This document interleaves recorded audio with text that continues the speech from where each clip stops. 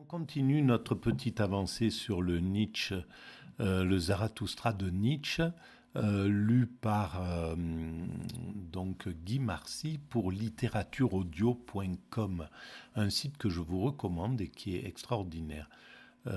Voilà, littératureaudio.com, il y a le lien en général sous les vidéos.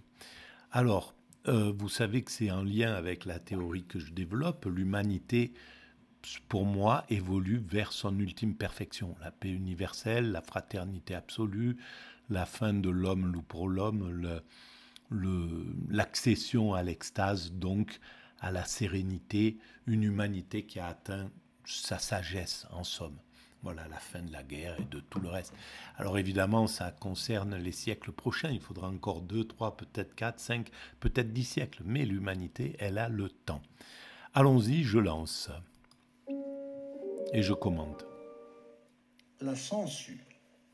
La censure. Et Zarathustra, pensif, continua sa route, descendant toujours plus bas, traversant des forêts et passant devant des marécages. Mais comme il arrive à tous ceux qui réfléchissent à des choses difficiles, il buta par mégarde sur un homme. Et voici, d'un seul coup, un cri de douleur, 2 jurons et 20 injures graves jaillirent à sa face, en sorte que, dans sa frayeur, il leva sa canne pour frapper encore celui qu'il venait de heurter. Pourtant, au même instant, il reprit sa raison et son cœur se mit à rire de la folie qu'il venait de faire.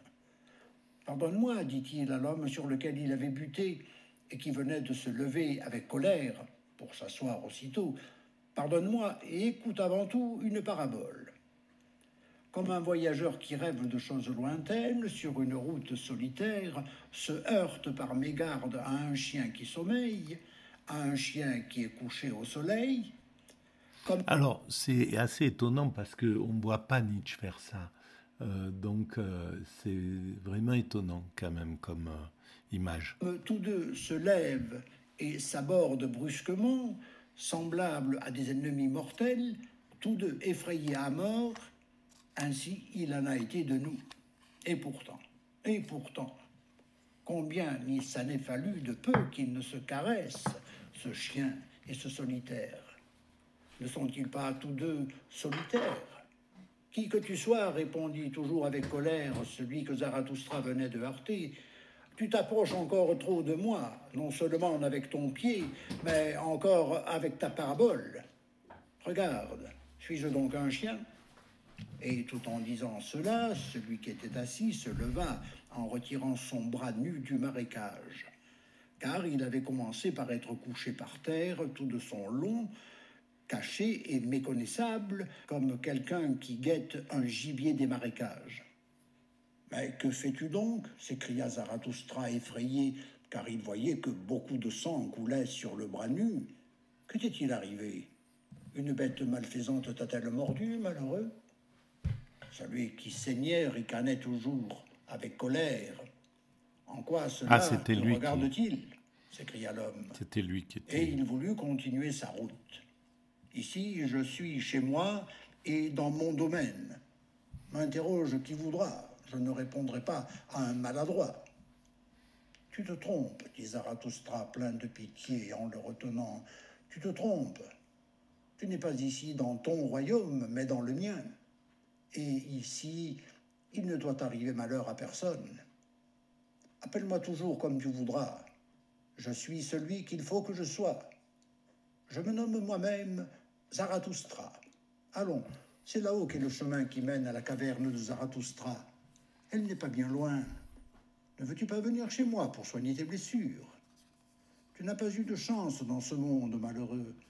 D'abord, la bête t'a mordu, puis l'homme a marché sur toi. Mais lorsque l'homme entendit le nom de Zarathustra, il se transforma. « Que m'arrive-t-il donc » s'écria-t-il. « Quelle autre préoccupation n'ai-je encore dans la vie, si ce n'est la préoccupation de cet homme unique qui est Zarathustra, et cette bête unique qui vit du sang, la sangsue. C'est à cause de la sangsue que j'étais couché là, au bord du marécage, semblable à un pêcheur, et déjà mon bras étendu avait été mordu 10 fois, lorsqu'une bête plus belle se mit à mordre mon sang. Zarathustra lui-même. Ô bonheur, ô miracle, béni soit ce jour qui m'a attiré dans ce marécage. Béni soit la meilleure ventouse, la plus vivante d'entre celles qui vivent aujourd'hui. Béni. Donc, évidemment, les sangsues, c'est les systèmes qui vampirisent les êtres humains, en somme. Que ça soit le religieux, le politique, le moraliste, etc. Par rapport, et Nietzsche a pris de son sang, mais en même temps essaye de le rénover, en somme, lui apporter des... Il sait que Nietzsche, il sait que ce Zarathustra apporte des valeurs. Il a compris que ce sont des valeurs nouvelles. Et la notoriété de Zarathustra l'a précédé. Il a entendu parler de lui. Soit la grande sangsue des consciences, Zarathustra. Voilà, la grande sangsue des consciences. Ainsi parlait celui que Zarathustra avait heurté, et Zarathustra se réjouit de ses paroles et de leur allure fine et respectueuse. « Qui es-tu » demanda-t-il en lui tendant la main.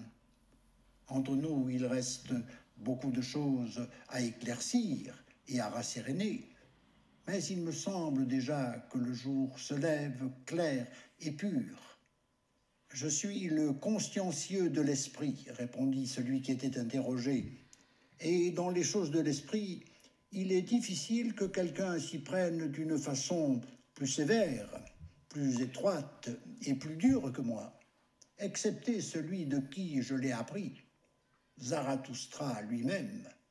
Plutôt ne rien savoir que de savoir beaucoup de choses à moitié. Plutôt être un fou pour son propre compte qu'un sage dans le consciencieux de l'esprit. Donc il a appris la sagesse de Zarathustra. Opinion des autres. Moi, je vais au fond. Qu'importe qu'il soit petit ou grand, qu'il s'appelle marécage ou bien ciel, un morceau de terre large comme la main me suffit, pourvu que ce soit vraiment de la terre solide. Un morceau de terre large comme la main, on peut s'y tenir debout. Dans la vraie science consciencieuse, il n'y a rien de grand ni rien de petit. Alors, tu es peut-être celui qui cherche à connaître la sangsue, demanda Zarathustra. Tu poursuis la sangsue jusqu'à ses causes les plus profondes, toi qui es consciencieux. Oh. Tu essayes de comprendre ce que c'est que ce monde qui... Donc tu es sur la route de l'éveil, en somme. Ô Zarathustra, répondit celui que Zarathustra avait heurté, ce serait une monstruosité. Comment n'oserais-je m'aviser d'une pareille chose? Mais ce dont je suis maître et connaisseur, c'est du cerveau de la sangsue. C'est là mon univers à moi. Et cela est aussi un univers. Mais pardonne qu'ici mon orgueil se manifeste, car sur ce domaine, je n'ai pas mon pareil. C'est pourquoi j'ai dit, ceci est mon domaine. Combien il y a de temps que je poursuis cette chose unique, le cerveau de la sangsue, afin que la vérité subtile ne m'échappe plus. C'est ici mon royaume. C'est pourquoi j'ai jeté tout le reste. C'est pourquoi tout le reste m'est devenu indifférent. Et tout près de ma science s'étend ma noire ignorance. Ma conscience de l'esprit exige de moi que je sache une chose et que j'ignore tout le reste.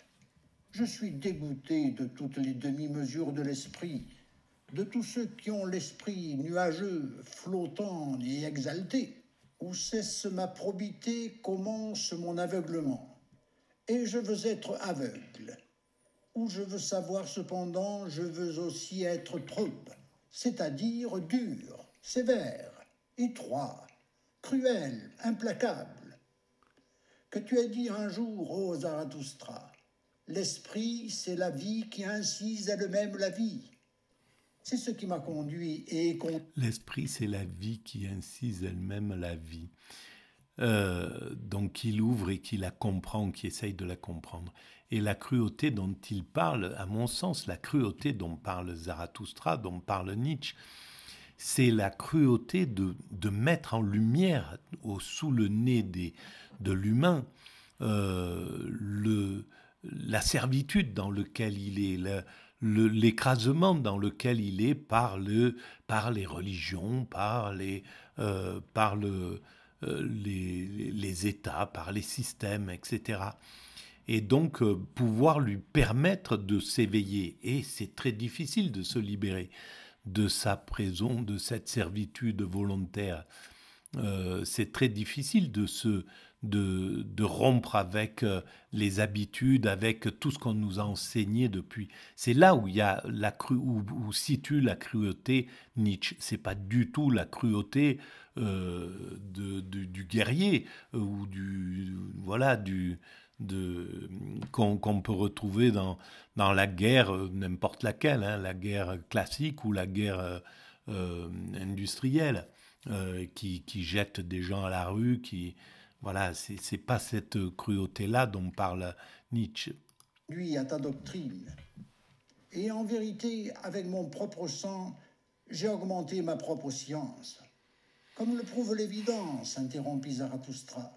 Et le sang continuait à couler du bras nu du consciencieux, car 10 sangsues s'y étaient accrochés. Ô singulier personnage, combien d'enseignements contient cette évidence, c'est-à-dire toi-même. Et je n'oserais peut-être pas verser tous les enseignements dans tes oreilles sévères. Allons, séparons-nous donc ici. Mais j'aimerais bien te retrouver. Là-haut est le chemin qui mène à ma caverne. Tu dois y être cette nuit le bienvenu parmi mes hôtes. Je voudrais aussi réparer sur ton corps l'outrage que t'a fait Zarathustra en te foulant aux pieds. C'est ce à quoi je réfléchis.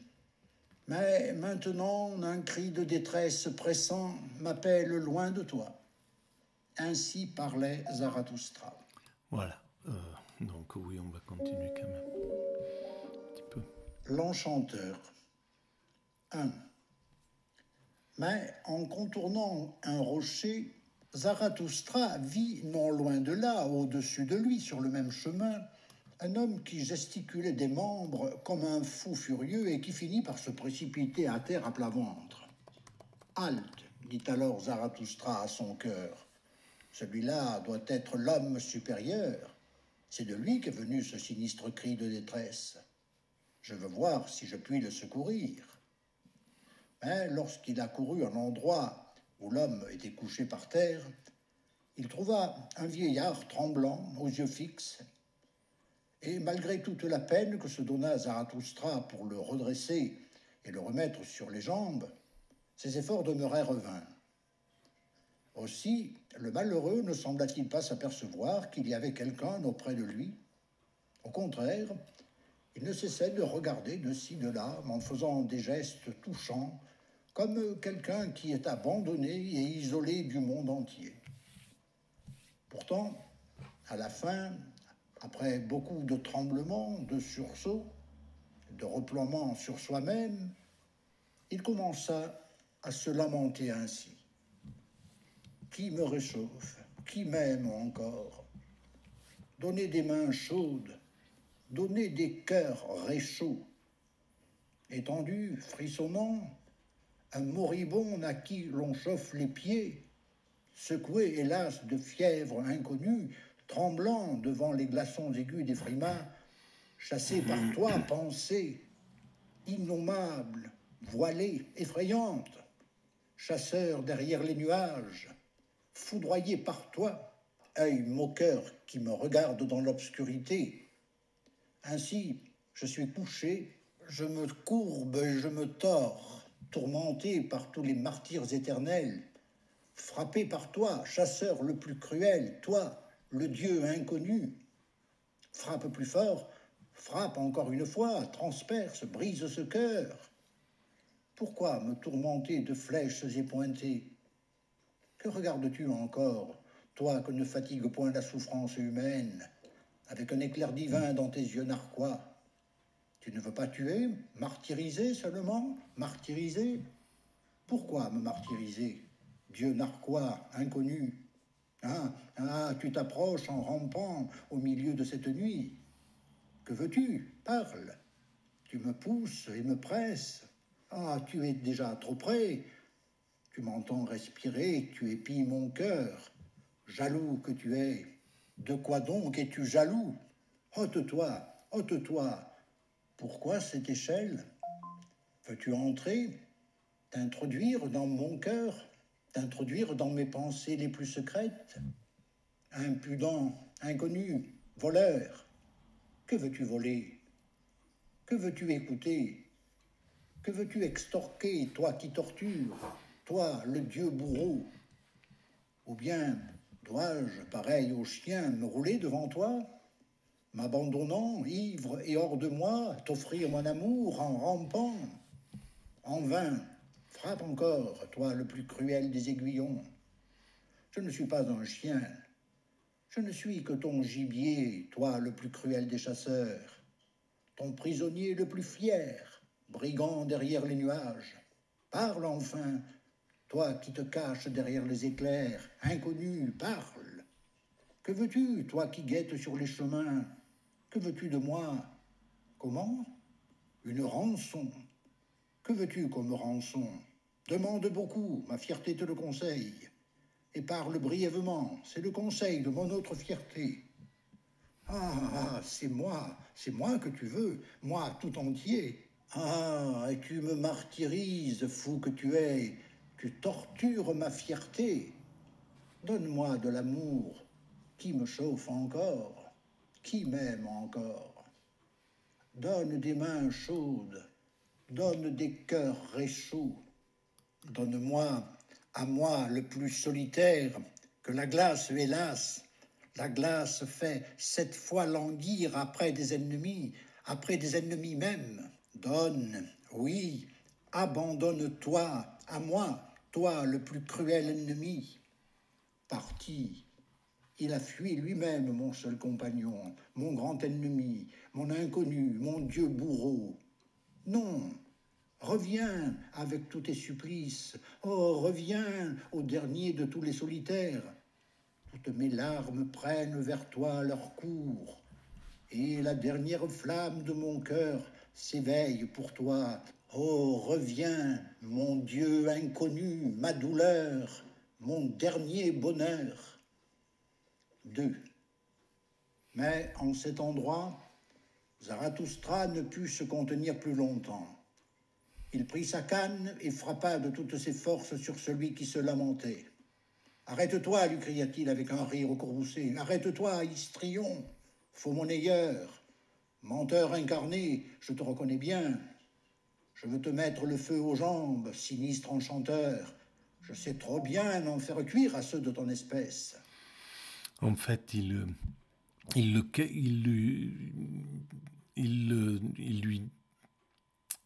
le caresse dans le sens du poil et en même temps, c'est un petit peu comme s'il le reconnaissait, mais c'est fin. Il y a quelque chose que Zarathustra trouve de fin dans cet enchanteur, et c'est pas pour rien que c'est un enchanteur. En somme. Cesse, dit le vieillard en se levant d'un bond. Et c'est un vieillard. Plus haut, Zarathustra. Tout cela n'a été qu'un jeu. Ces choses-là font partie de mon art. J'ai voulu te mettre à l'épreuve en te donnant cette preuve. Et en vérité, tu as bien pénétré mes pensées.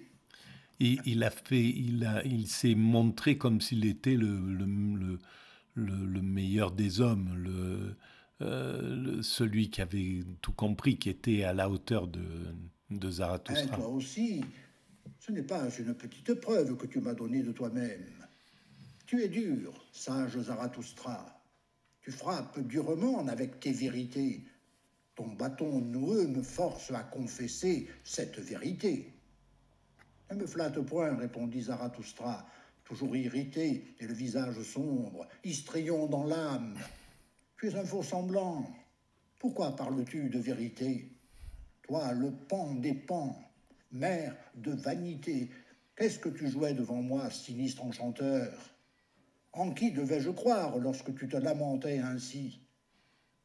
C'est l'expiateur de l'esprit que je représentais, répondit le vieillard. Tu as toi-même inventé ce mot jadis. Le poète, l'enchanteur qui finit par tourner son esprit contre lui-même, celui qui est transformé et que glace sa mauvaise science et sa mauvaise conscience. Et avoue-le franchement, tu as pris du temps, ô Zarathustra, pour découvrir mes artifices et mes mensonges. Tu croyais à ma misère lorsque tu me tenais la tête des deux mains. Je t'ai entendu gémir. On l'a trop peu aimé, trop peu aimé. Que je t'ai trompé jusque-là, c'est ce qui faisait intérieurement jubiler ma méchanceté. Tu dois n'avoir trompé de plus fin que moi, répondit durement Zarathustra. Je ne suis pas sur mes gardes devant les trompeurs. Il faut que je m'abstienne de prendre des précautions. Ainsi le veut mon sort. Mais toi, il faut que tu trompes. Je te connais assez pour le savoir. Il faut toujours que tes mots aient un double, un triple, un quadruple sens. Même ce que tu viens de me confesser maintenant n'était ni assez vrai, ni assez faux pour moi. Méchant faux monnayeur, comment saurais-tu faire autrement? Tu farderais même ta maladie si tu te montrais nu devant ton médecin. C'est ainsi que tu viens de farder devant moi ton mensonge lorsque tu disais « Je ne l'ai fait que par jeu ». Il y avait aussi du sérieux là-dedans. Tu es quelque chose comme un expiateur de l'esprit. Je te devine bien. Tu es devenu l'enchanteur de tout le monde. Mais à l'égard de toi-même, il ne te reste plus ni mensonge, ni ruse. Pour toi-même, tu es désenchanté. Tu as moissonné le dégoût comme ta seule vérité. Aucune parole n'est plus vraie chez toi, mais ta bouche est encore vraie, c'est-à-dire le dégoût qui colle à ta bouche. Qui es-tu donc? S'écria en cet endroit le vieil enchanteur d'une voix hautaine.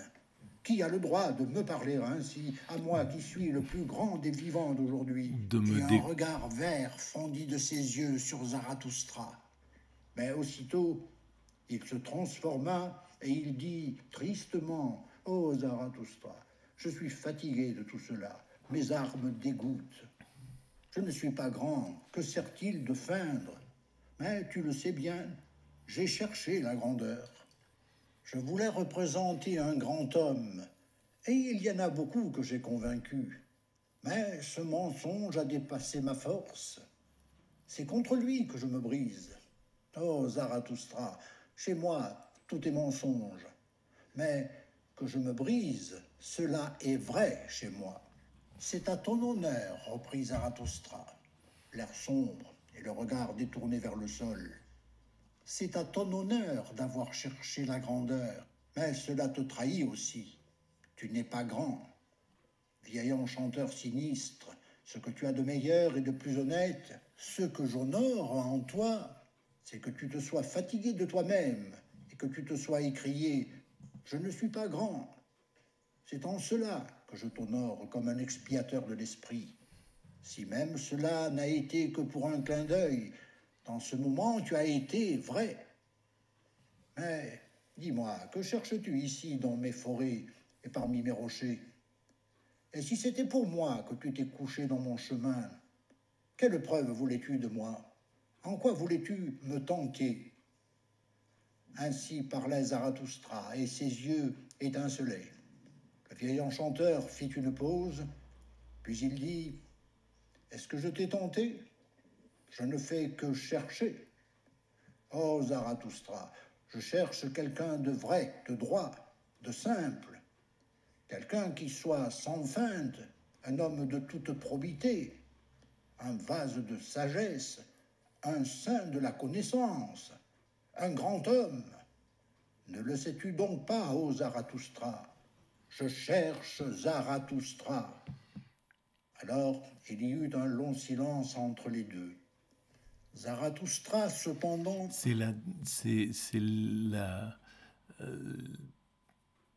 La description de ce que Nietzsche veut du grand homme et de Zarathustra, ce qu'il veut à quoi il veut ressembler. En fait, ça correspond à sa pensée. Tomba dans une profonde méditation, en sorte qu'il ferma les yeux. Puis, revenant à son interlocuteur, il saisit la main de l'enchanteur et dit, plein de politesse et de ruse, « Eh bien, là-haut est le chemin qui mène à la caverne de Zarathustra. C'est dans ma caverne que tu peux chercher celui que tu désirerais trouver. Et demande conseil à mes animaux, mon aigle et mon serpent. Ils doivent t'aider à chercher. Ma caverne, cependant, n'est grande. Il est vrai que moi-même, je n'ai pas encore vu de grand homme. Pour ce qui est grand, l'œil du plus subtil est encore trop grossier aujourd'hui. C'est le règne de la populace. J'en ai déjà tant trouvé qui s'étiraient et qui se gonflaient, tandis que le peuple criait « Voyez donc, voici un grand homme !» Mais à quoi servent tous les soufflets de forge? Le vent finit toujours par en sortir. Le grand homme serait celui qui peut bousculer le système. Et en fait, en dehors de Zarathustra, il n'y a pas de grand homme à son époque. On voit, c'est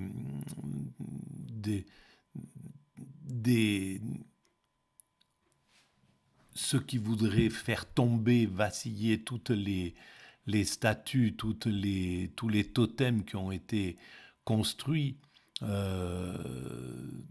par la société depuis des millénaires, c'est ceux contre quoi s'attaque Nietzsche et à travers le Zarathustra. Et effectivement, même ceux qui se présentent comme étant des grands hommes, ce sont juste des hommes, donc avec tous les défauts qu'il y a. Donc il y a toujours quelque chose à reprocher à un homme, même quand il se pense un grand homme, et on le voit aujourd'hui avec nos hommes politiques, quels qu'ils soient, mais même quand ce qu'on peut vénérer peut-être dans la probité la plus excellente comme De Gaulle, eh ben, il était un grand homme sur certains plans, mais en Afrique, il a été pas un grand homme, etc. Sur d'autres causes, il a été... Et voilà, donc on n'est que des hommes. Il n'y a que les hommes. Et le grand homme, c'est vraiment au-delà ce qu'il cherche. Et ce qu'il cherche, ce grand homme, c'est le sage, c'est l'éveillé, c'est l'extatique. Il n'y a que lui qui pourrait correspondre à l'image réelle de ce que cherche, le Zarathustra. Tous les autres, même les plus grands hommes, sont des hommes simplement. C'est au-delà de cet homme-là. Donc il n'est pas né ce surhomme qu'il appelle de ses voeux. La grenouille finit toujours par éclater. La grenouille qui s'est trop gonflée. Et alors... il pourrait être Zarathustra, mais Zarathustra, c'est juste une œuvre littéraire. Donc c'est pas Nietzsche encore. Et donc c'est encore pas ça, c'est au-dessus de tout ça. Et donc il ne reste plus que l'extatique en somme, pour moi. Le vent en sort. Enfoncer une pointe dans le ventre d'un enflé, c'est ce que j'appelle un sage divertissement. Écoutez cela, mes enfants. Notre aujourd'hui appartient à la populace, qui peut encore savoir ce qui est grand ou petit, qui chercherait encore la grandeur avec succès. Qui peut savoir, voilà, qui chercherait encore la grandeur avec succès? C'est impossible. L'homme est encore un homme. Il n'y a que celui qui aurait atteint l'ultime sagesse qui pourrait être devenu ce grand homme ou ce surhomme. Un fou tout au plus. Et les fous réussissent. Tu cherches les grands hommes, singuliers fous. Qui donc t'a enseigné à les chercher? Est-ce aujourd'hui le temps opportun pour cela? Ô chercheur malin, pourquoi me tentes-tu?